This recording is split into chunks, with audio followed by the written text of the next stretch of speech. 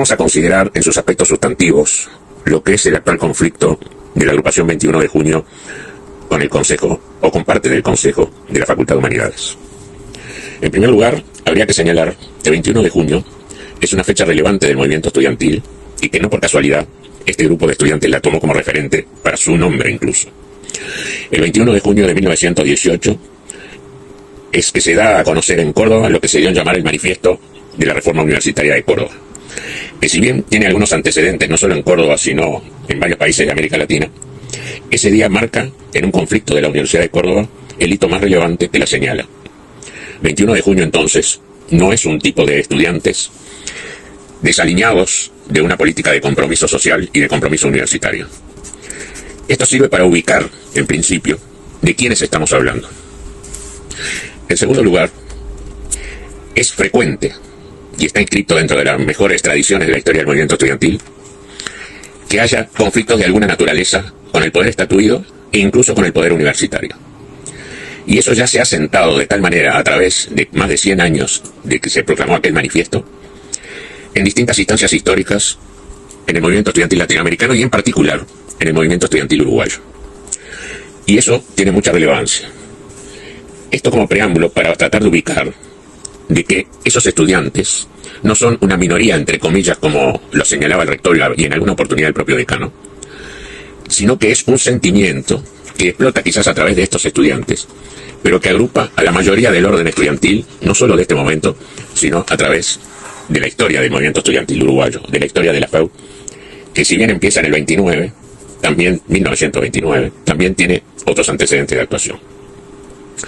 Ubicado esto que era necesario ubicar, para no considerar a estos estudiantes como antisionistas o antijudíos, no me gusta decir antisemitas porque semitas también son los palestinos, estos estudiantes tienen un profundo sentir democrático y un compromiso con la transformación de la sociedad, en el cual podemos compartir en todos sus términos en parte o no compartir nada, pero de ninguna manera se les puede señalar como un grupo irreflexivo de estudiantes antijudíos que impiden a un profesor dar clase en la universidad.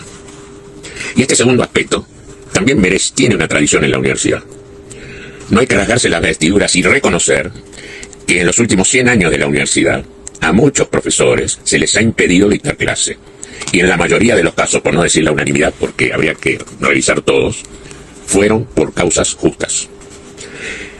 A notorios profesores de historia, como por ejemplo fue el profesor Narancio, hasta que se comprometió con la dictadura, dictaba clases en la universidad. Y después de la dictadura, el profesor Narancio no dictó ninguna clase más en la universidad, porque así se lo impidieron los estudiantes en primer lugar, y hubo un consenso universitario que su representación, no la persona, sino lo que él representa, no podía estar, no tenía valores éticos como para actuar en un ámbito universitario.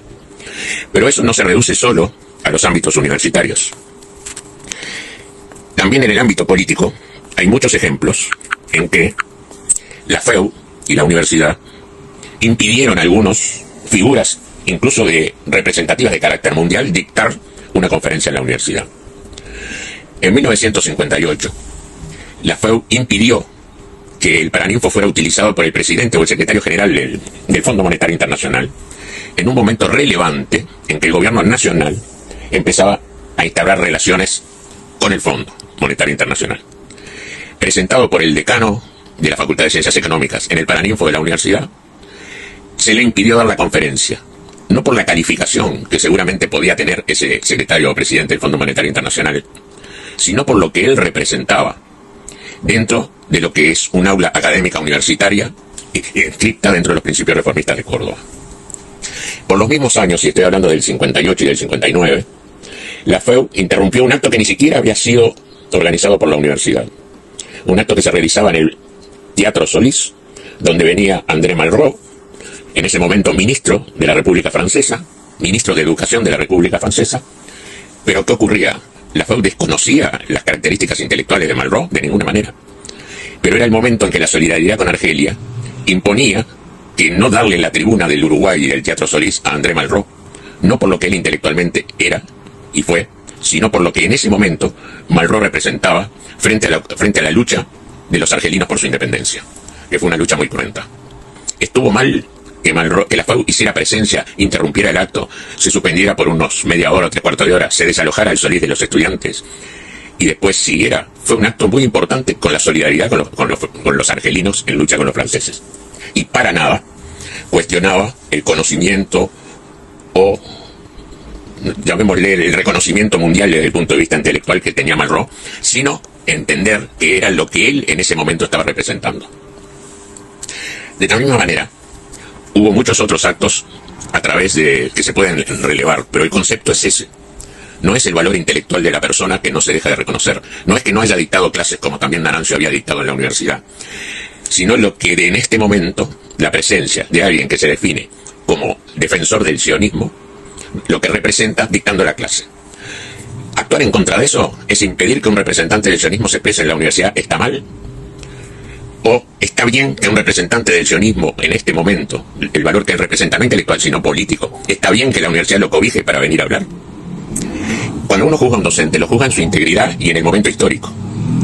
Y eso es lo que estuvo ocurriendo y que llevaron a cabo los estudiantes de la Facultad de Humanidades. Y eso es lo que está ocurriendo en todo el mundo. Porque son infinitas las documentaciones, ya casi agobiantes las documentaciones de todas las universidades de todas partes del mundo. Desde los propios Estados Unidos hasta Australia y desde China hasta los países árabes o el Uruguay también. Eso es lo que hay que poner en contexto cuando se pretende juzgar la actuación de estos estudiantes de humanidades, que fundamentalmente no son sionistas, sino que están defendiendo los valores humanos que en este momento son avasallados. Y lo defendieron cuando eran avasallados en el Uruguay, cuando eran avasallados en Estados Unidos, cuando eran avasallados en Checoslovaquia. Y lo seguirán defendiendo porque las distintas generaciones pasan. No son los mismos estudiantes, pero sí son los mismos principios.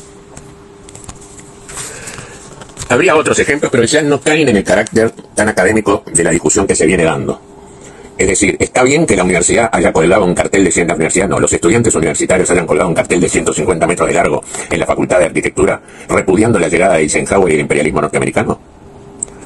¿Eso era representativo de toda la academia de la universidad? No lo era y lo fue, y fue un hito muy importante. Está bien que ese mismo día en la universidad se le pusiera no al imperialismo en un enorme cartel en la universidad mientras pasaba Eisenhower por ella y fue gaseado por otro motivo, no por los universitarios. ¿Cuál es la novedad de este cuestionamiento, yo diría pacífico, de los estudiantes de humanidades? No es ninguna novedad.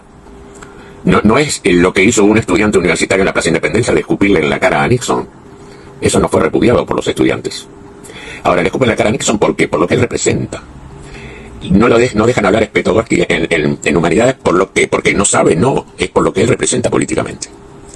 Y no quiero reiterarme en buscar muchos más casos, pero los hay, y los hay muchos. Y es un poco asombroso que algunas de las autoridades universitarias se hayan referido a este tema casi a la defensiva, casi como que no tenían nada que ver con este asunto, no reconociendo lo que era la tradición del mundo del movimiento estudiantil. Es por eso que me atrevo a traer estos antecedentes, y bueno, y creo que deben ser usados, porque si no nos acordamos de la historia también para estas cosas, no sabemos tampoco construir el futuro.